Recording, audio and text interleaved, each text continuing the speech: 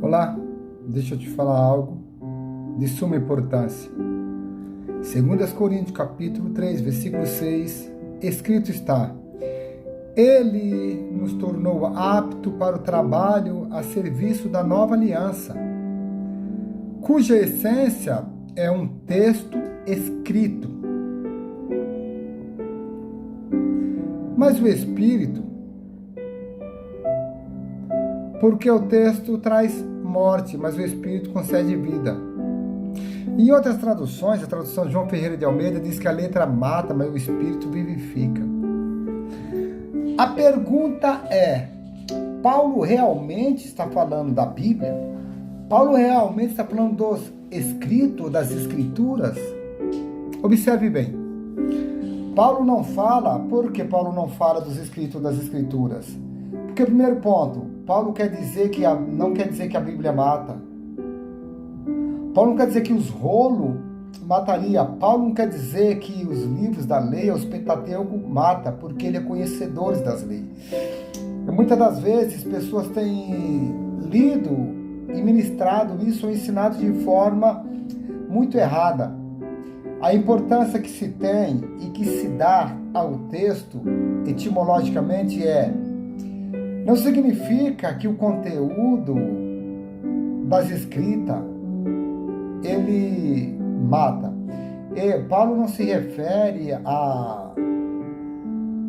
aos escritos, mas Paulo se refere ao legalismo dos fariseus, escriba, e as suas tradições, as tradições dos anciões, na qual eles usavam isto, e nesse sentido que Paulo fala que o legalismo, quando você tira a essência de Deus, quando você tira aquilo que Deus colocou, aquilo que Deus trouxe os profetas, que é os ensinamentos, para o quê? Para redarguir as pessoas, ensinar as pessoas.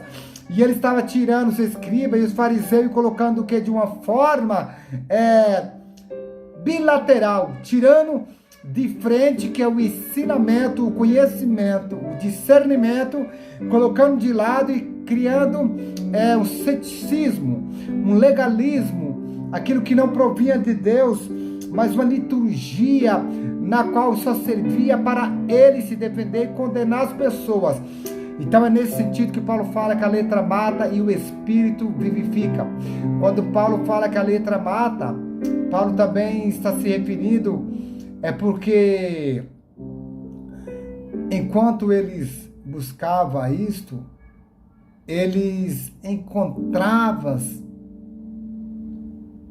a própria morte.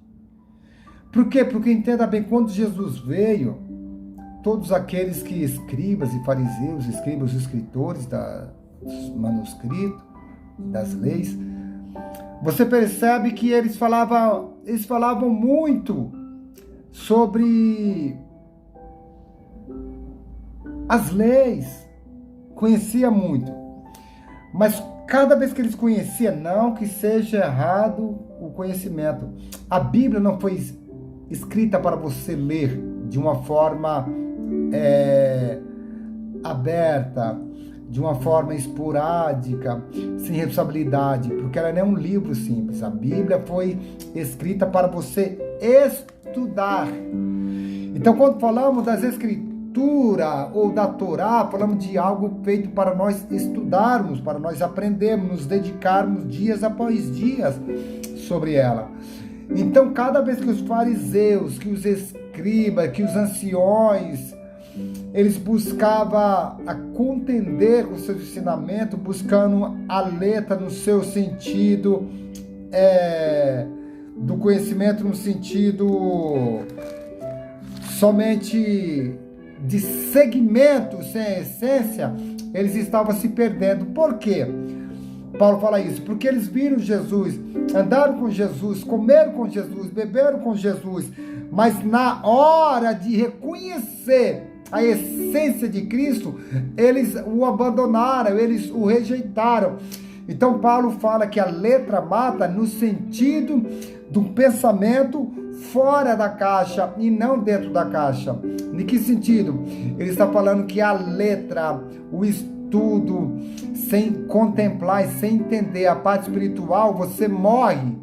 Porque não é somente o conhecimento, que adianta você conhecer tudo e não conhecer a Deus. Que adianta você entender sobre tudo, mas não entender sobre a Deus.